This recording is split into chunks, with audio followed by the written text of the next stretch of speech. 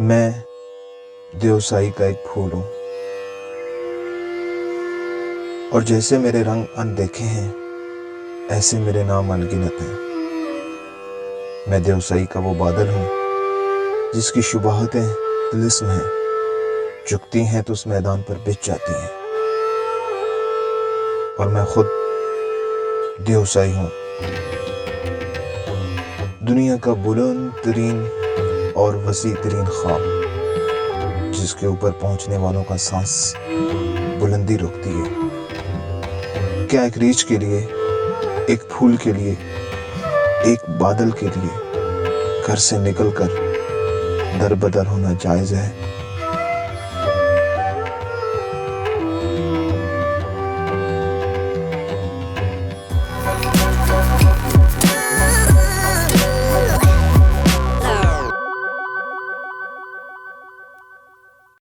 कल सुबह जब हम शोंटर टॉप से उतरे तो हमारी मंजिल अस्तोर साइड पर कैंपिंग साइट थी, लेकिन आपकी इतला के लिए अस्तोर साइड पर कोई कैंपिंग साइट नहीं है। लिहाजा हम चलते रहे और 2 घंटे मज़ीद चलने के बाद हमें कुछ मकानात नज़र आए। ये मकान दरअसल मकामी लोगों के हैं जो गर्मियों में अपने जानवरों को इन इलाकों में ले आते हैं। बहरहाल उन्होंने हमारा बहुत अच्छा इस्तकबाल किया और जब उन्हें पता चला कि हम किस तरह शोंटर टॉप से उतरे हैं तो वो बहुत हैरान हुए। हमें चाय पिलाई और रवायती नाश्ता पेश किया। तो थोड़े आराम और नाश्ते के बाद हम बहुत हद तक फ्रेश हो गए। हमारे साथ सबसे बड़ा मसला ये हुआ कि हमें मोबाइल सर्विस कहीं भी नहीं मिली और हम अस्तोर साइड पर अपने मेज़बानों को इतला ही नहीं दे सके, वरना वो ख़ुद हमें यहाँ पे रिसीव करने के लिए मौजूद होते। बहरहाल ये लोग तो उन्होंने किसी तरीके से एक जीप बुलवा ली और हम अस्तोर के लिए रवाना हो गए। मोबाइल सर्विस काफ़ी सफ़र तय करने के बाद मिली और हमने सबको अपनी ख़रीद की इतला दी। शोंटर टॉप से अस्तोर की तरफ का ये सफ़र भी फितरत की खूबसूरतियों से भरपूर है, लेकिन हम ज़हनी और जिस्मानी तौर पर इतने थके हुए थे कि इसको एंजॉय नहीं कर सके। दिन 12 बजे के करीब हम अपने मेज़बानों के पास अस्तोर में पहुँचे। फ्रेश होकर खाना खाया तो थोड़ा होश बहाल हुआ। और अब आगे के सफ़र में अल्ताफ़ हमारा हम सफ़र है। अल्ताफ़ कभी मेरा कुलीग था और अब टूरिस्ट डिपार्टमेंट गिलगित में ड्यूटी दे रहा है। अगला टारगेट मिनी मर्ग था और इसकी एंट्री की परमिशन की ज़िम्मेदारी नासिर साहब की थी। नासिर साहब भी हमारे एक जानने वाले हैं जो कि महकमा फ़ॉरेस्ट के अंदर ऑफिसर हैं। खिलाफ तवक्कुह उन्होंने फ़ौरन ही परमिशन हासिल कर ली और प्लान ये बनाया कि हम रात चिलम चौकी रुकेंगे और सुबह मिनी मर्ग जाएंगे। अल्ताफ़ के दोस्त अबरार ने ड्राइवर की ड्यूटी संभाल ली। यूँ हम 5 लोग अस्तोर से 4 बजे चिलम के लिए रवाना हो गए। रास्ते में खुबानियाँ तोड़ के खाईं, एक खूबसूरत से पॉइंट पर चाय पी और खूबसूरत रास्तों पर अपना सफ़र जारी रखा। लेकिन अभी हम रास्ते पर ही थे कि कॉल आ गई कि मिनी मर्ग में कल आर्मी का कोई ख़ुसूसी इजलास है, लिहाजा आप परसों मिनी मर्ग विज़िट कर सकते हैं। अब हमारे पास इतना टाइम नहीं था कि हम एक दिन इंतज़ार करें, तो हमने मिनी मर्ग को स्किप करके सीधा देवसाई का प्लान बना लिया और रात चिलम चौकी रुकने के बजाय देवसाई बेस कैंप पर बसर की। और अगली सुबह This is Deosai and this is love.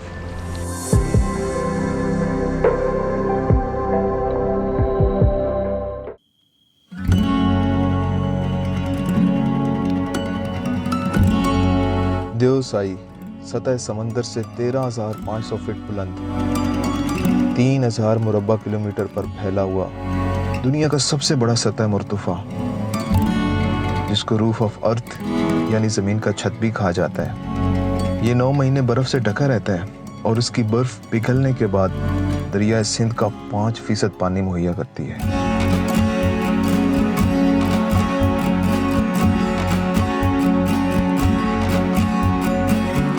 Deosai Skardu और अस्तोर के दरमियान वाक़ है और अगर आप हमारी तरह अस्तोर साइड से देवसाई में आते हैं तो सबसे पहले शुसर लेक, जो कि देवसाई की वाहिद झील है, आपका इस्तकबाल करती है।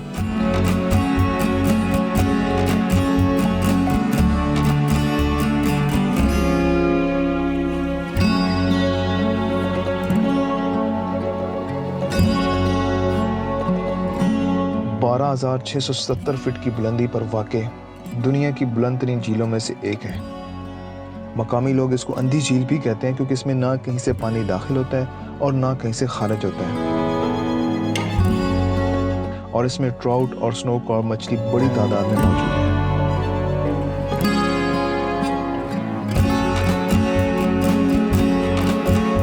नीचे उतरो ना खालिद भाई, नीचे उतरो 1 मिनट के लिए। नहीं आ गए बहुत थे। उतर जाता हूँ, उतर जाओ यार, उतर जाओ। बस रोक रोक रोक रोक रोक रोक रोक रोक रोक रोक रोक। यहाँ से वीडियो बनाई, यहाँ से उतर जाओ नीचे।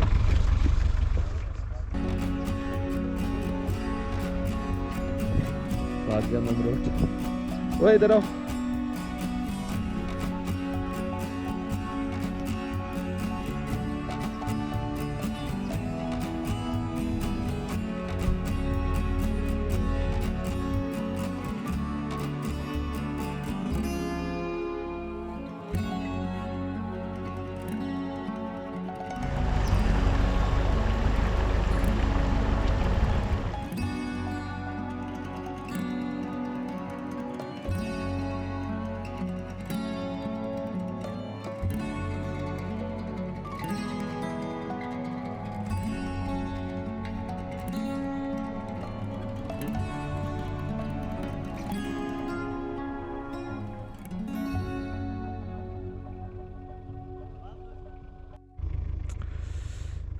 आगे बढ़ रहे हैं और मनाजिर देवसाई की तारीफ़ करना शायद देवसाई के साथ नाइंसाफ़ी है। बस आप इसको देखें, ये सामने ये छोटा पानी आ रहा है, हम इस मेन पॉइंट की तरफ जा रहे हैं अभी, और ये यहाँ से होता हुआ इस साइड से ये फिर आगे इंडिया की तरफ चला जाता है, फिर वहाँ से रिटर्न करके पाकिस्तान वापस आ जाता है। और ये आप बादल देखें, पहाड़ों पे मनाजिर देखें, ये हमारी गाड़ी खड़ी हुई है और चारों साइडों से हर चीज़ बहुत खूबसूरत है।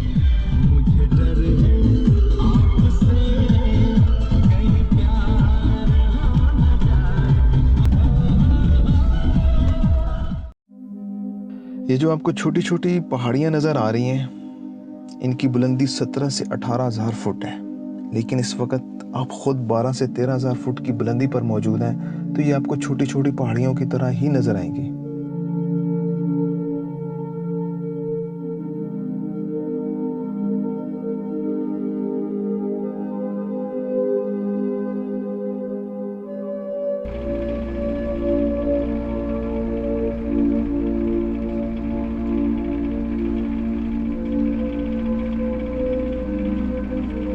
अच्छा, स्टोर साइड से जब आप देवसाई के अंदर एंटर होते हैं तो सबसे पहला पॉइंट आपको श्यूसर लेक मिलती है, और उसके बाद कुछ ट्रैवल करने के बाद हम लोग पहुंच गए हैं काला पानी। इसको काला पानी भी कहते हैं और छोटा पानी भी कहते हैं।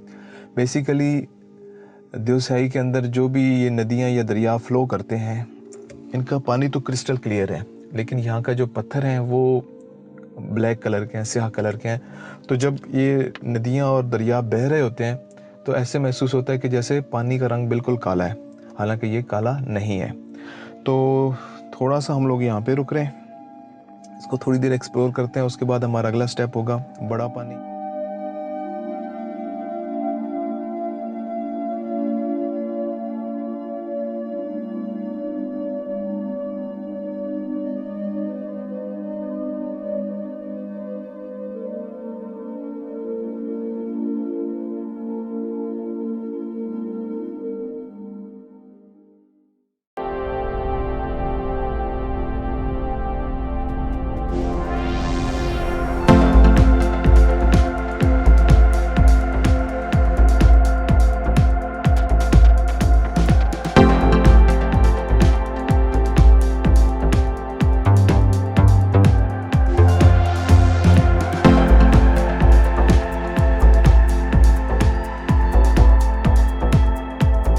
बादलों को देखें तो ऐसे लग रहा है जैसे हम ऊपर हैं और ये नीचे, और इनके शेप देखें, ऐसे लगता है जैसे किसी ने नीले पानी के अंदर सफ़ेद रोशनाई डाल दी है।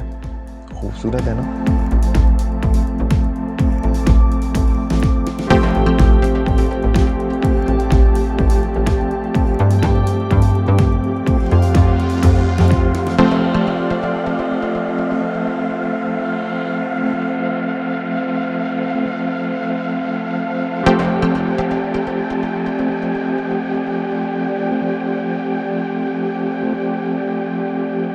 अच्छा जी, दिस इज़ बिग वाटर यानी बड़ा पानी। पिछला जो पॉइंट था वो छोटा पानी है और उसको काला पानी भी कहते हैं, और ये उसके बाद नेक्स्ट पॉइंट है जिसको बड़ा पानी कहते हैं। देवसाई के अंदर सबसे बड़ा जो कैंपिंग पॉइंट है वो यही है। ज़्यादातर लोग यहाँ पर आके रुकते हैं और कैंपिंग करते हैं, नाइट स्टे करते हैं। अच्छा, जब हम लोग पीछे रुके हुए थे छोटा पानी के ऊपर, वहाँ पे जो कैंपिंग साइट है वहाँ पे पता चला कि रात को वहाँ पे ब्राउन बियर यानी रीछ ने हमला भी किया था। बेसिकली होता ही है कि ब्राउन बियर कभी कभी खुराक की तलाश में, या वो चूँकि नदी का फ़्लो यही होता है और वो मछलियाँ पकड़ते हैं और खाते हैं, तो वो कैंपिंग साइट्स के ऊपर भी आ जाते हैं। अगरचे यहाँ पे काफ़ी जो कैंपिंग वाले लोग हैं वो अपनी उसको निगरानी करते रहते हैं, लेकिन ये एक ऐसी चीज़ है जो अचानक हमला कर सकती है। बहरहाल बचत होगी, कोई नुकसान नहीं हुआ था, और जिन लोगों ने देखा उनका अच्छा एक्सपीरियंस हो रहा होगा, अच्छा याद रखेंगे। तो अभी थोड़ा सा इसका व्यू देखते हैं और उसके बाद फिर हम आगे स्कर्दू की तरफ ही अपना सफ़र जारी रखेंगे।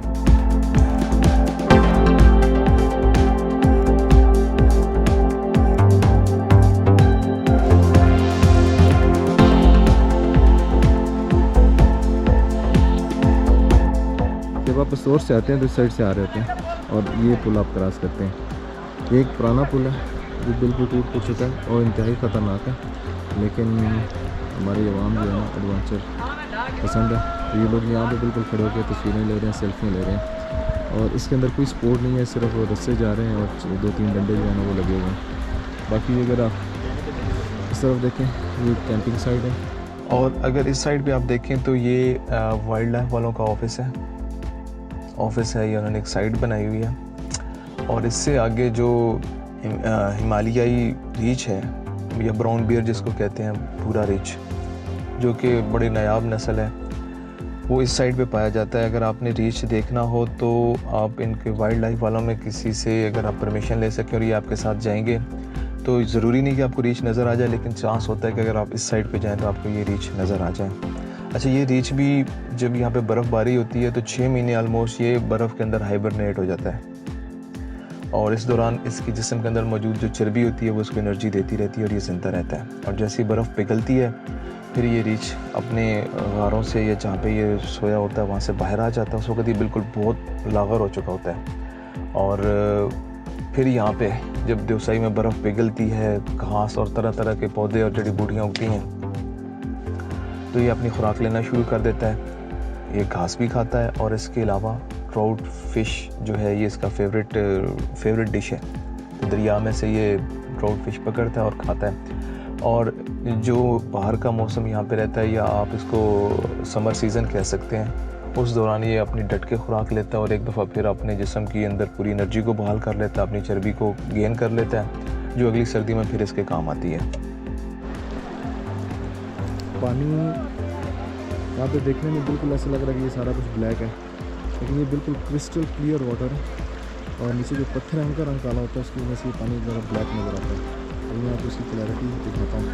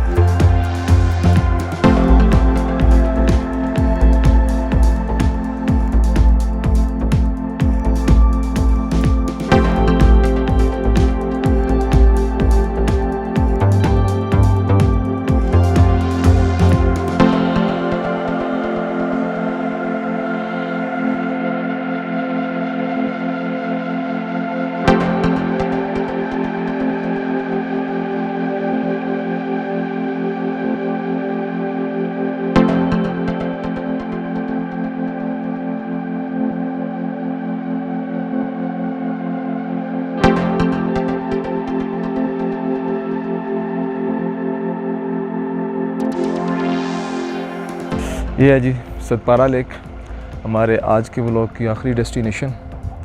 इधर ऊपर सतपारा गांव है और ये सतपारा लेक है। इसी लेक के अंदर आगे जाके इन्होंने डैम बनाया हुआ है जिसके ज़रिए स्कर्दू शहर को बिजली प्रोवाइड की जाती है। तो अगर सतपारा का नाम कहीं से भी आपको सुनते हैं तो मोहम्मद अली सतपारा का नाम ऑटोमेटिकली हमारे जहन में आ जाता है। इसी गांव के वो रहने वाले थे और शायद पहले हमें इतना एहसास नहीं होता था कि ये लोग क्यों इतने ख़ास हैं, लेकिन जब पहाड़ों को देखते हैं तो फिर इनकी हिम्मत का अंदाज़ा होता है कि कैसे ये लोग अपने हौसले से इन पहाड़ों की चोटियों को सर करते हैं और इनका गुरूर खाक में मिलाते हैं। आज का व्लॉग यहाँ पे ख़त्म करते हैं। यहाँ से आगे स्कर्दू शहर शुरू होने वाला है और जो हमारी अल्टीमेट डेस्टिनेशन है वहाँ पे हम पहुँचने वाले हैं। अगर आपको वीडियो पसंद आई हो तो उसको लाइक कर दें और अगर आपको हमारी सीरीज़ पसंद आ रही है तो चैनल को सब्सक्राइब कर लें और बेल आइकॉन प्रेस कर लें ताकि आपको अगली एपिसोड की नोटिफिकेशन फ़ौरन मिल जाए। तो मिलते हैं नेक्स्ट व्लॉग में। आज के लिए अल्लाह हाफ़िज़।